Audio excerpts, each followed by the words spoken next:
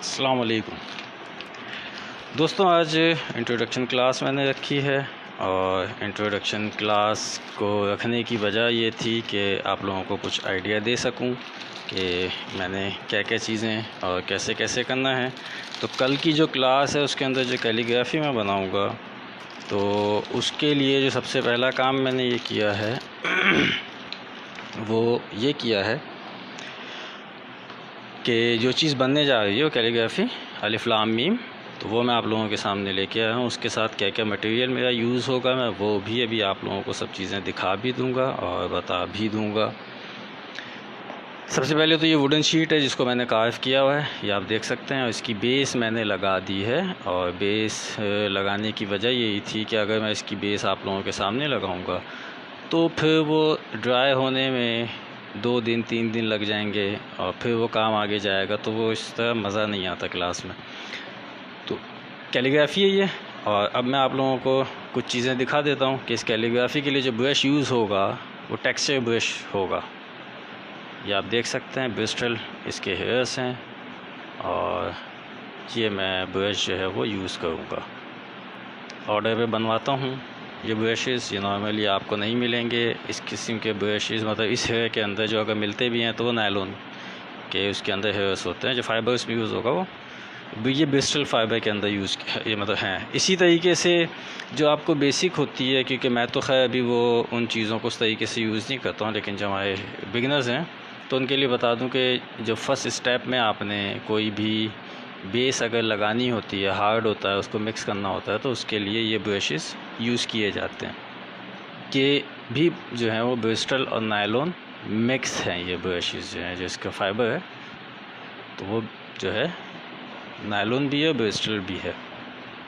ठीक है, अब इसी तरीके से कलर की तरफ आ जाते हैं। तो नॉर्मली आपको बहुत सारे कलर्स जो हैं वो मार्केट में अवेलेबल होते हैं और ये आसानी के साथ आप लोग ट्यूब्स के अंदर ले लेते हैं। मैं थोड़े से डिफरेंट कलर्स को यूज़ करता हूँ। ये आप देख सकते हैं कलर्स। अभी मैं इसको खोलूँगा तो ये मेरे हाथ भी ख़राब कर देगा।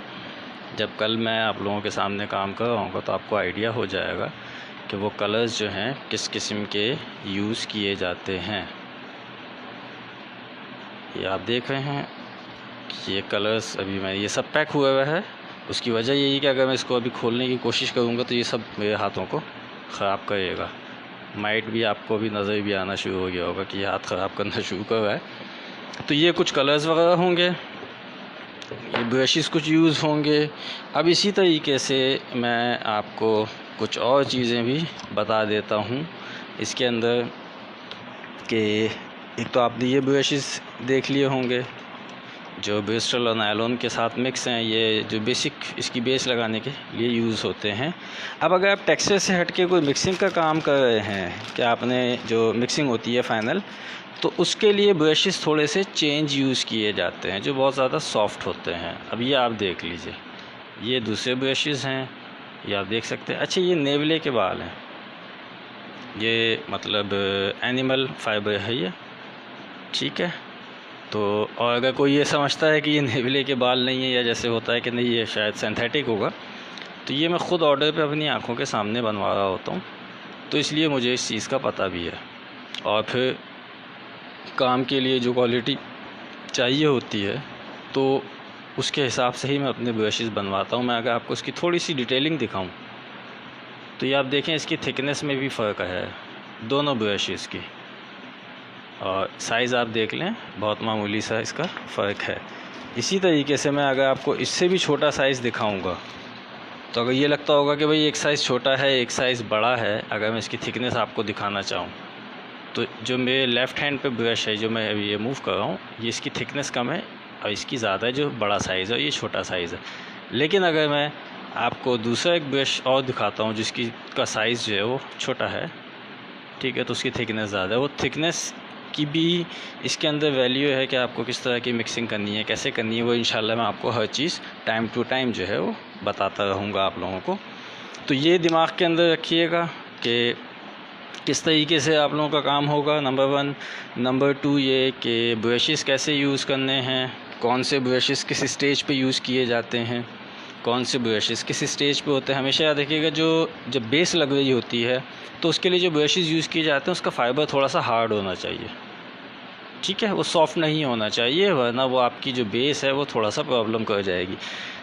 ये बात बिगिनर्स के लिए। अब जैसे मैं ख़ुद यूज़ करता हूँ, इंशाल्लाह कल जब मैं इसकी बेस स्टार्ट लूँगा इसके टेक्सचर वर्क से पहले, तो आप लोग देख लेंगे कि मैं ये ब्रशेस का इस्तेमाल नहीं करूँगा। इन ब्रशेस का जो फ्लैट आपको दिख रहे हैं मिक्सिंग के ब्रशेस, मैं उनकी जगह पे ये ब्रश इस्तेमाल करूँगा, लेकिन बेस लगाने के लिए मैं अपनी फिंगर्स का इस्तेमाल करता हूँ।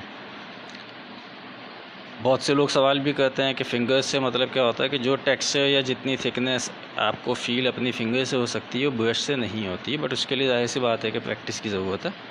तो मैं नॉर्मली अपनी फिंगर्स को यूज़ करता हूँ उसकी थिकनेस को बैलेंस करने के लिए, वो ब्रश का इस्तेमाल नहीं करता। उसके बाद जो टेक्सचर वगैरह होगा तो वो इंशाल्लाह आपके सामने ही मैं दे आऊँगा। और कोशिश मेरी ये होगी कि मैं इस पेंटिंग को पर्टिकुलरली इस पेंटिंग को 15 to 20 मिनट्स के अंदर मैं कंप्लीट करके दिखा सकूँ।